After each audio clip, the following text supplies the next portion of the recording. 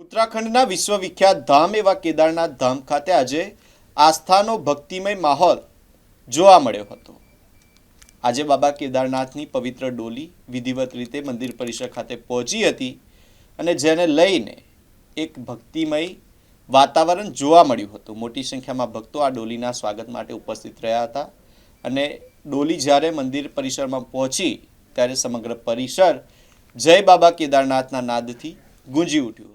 આ પ્રસંગે કેદારનાથ મંદિરને વિધિવત રીતે રંગબેરંગી ફૂલોથી ભવ્ય રીતે શણગારવામાં આવ્યું છે। ફૂલોની સુંદર સજાવટથી મંદિરનું સૌંદર્ય વધુ નીકળી ઉઠ્યું છે અને કપાટ ઉદ્ઘાટન પહેલા જ આધ્યાત્મિક ઉર્જાનો અહેસાસ થઈ રહ્યો છે। આવતીકાલે 22 એપ્રિલના રોજ કેદારનાથ મંદિરના કપાટ ભક્તો માટે ખુલવાના છે, જેને લઈને દેશભરના યાત્રાળુઓમાં ભારે ઉત્સાહ જોવા મળી રહ્યો છે। અનેક ભક્તો આ પવિત્ર ક્ષણના સાક્ષી બનવા માટે કેદારનાથ ધામ તરફ પ્રયાણ કરી રહ્યા છે। હર હર મહાદેવ અને જય શ્રી કેદાર બાબા। અત્યારે હું કેદાર ધામના પ્રાંગણમાં ઊભો છું અને પહેલી વખત મને આ લાવો પ્રાપ્ત થયો છે। ગઈકાલથી જ્યારથી હું આવ્યો છું ત્યારથી એક બહુ અલગ પ્રકારનો માહોલ છે, વાઇબ્રેશન્સ બહુ સરસ છે અને જેટલું ચડીને આવ્યા હતા એનો એક મીઠો થાક હતો એ મંદિરને એક ઝલક નિહાળતા જ દૂર થઈ ગયો। અને એમાં એક ખાસ કારણ એ હતું કે મંદિર તો મંદિર છે જ, પણ એની આગળ જે શણગાર થતો હતો, ઋષિકેશની ટીમ અને આપણી ગુજરાતની ટીમ જે છે એ આખો આ શણગાર કરી રહી છે। બહુ જ અદ્ભુત શણગાર છે।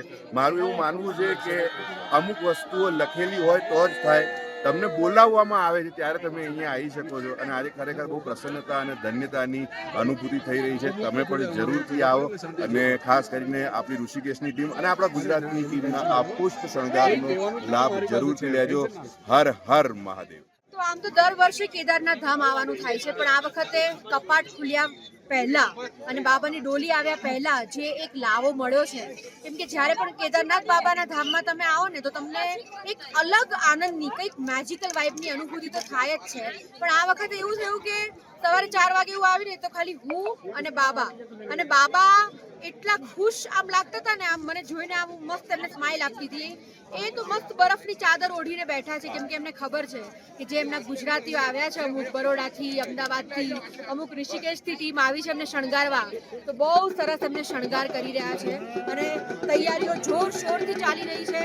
બસ હવે સાંજે ડોલી આવશે અને બસ એ જ અંદરથી હરખ અને ઈચ્છા છે કે બાબાને એવા શણગારીએ। મેં પણ પોતે સેવા આપી છે, સરસ ફૂલહાર લગાવ્યા, બધું શણગાર્યું, એવા બાબાને શણગારીને તૈયાર કરીએ ને કે જ્યારે કપાટ ખુલે ને ત્યારે પેલું કહેવાય છે ને અત્યારની ભાષામાં ઓરા, યુ કેન ફીલ ધેટ।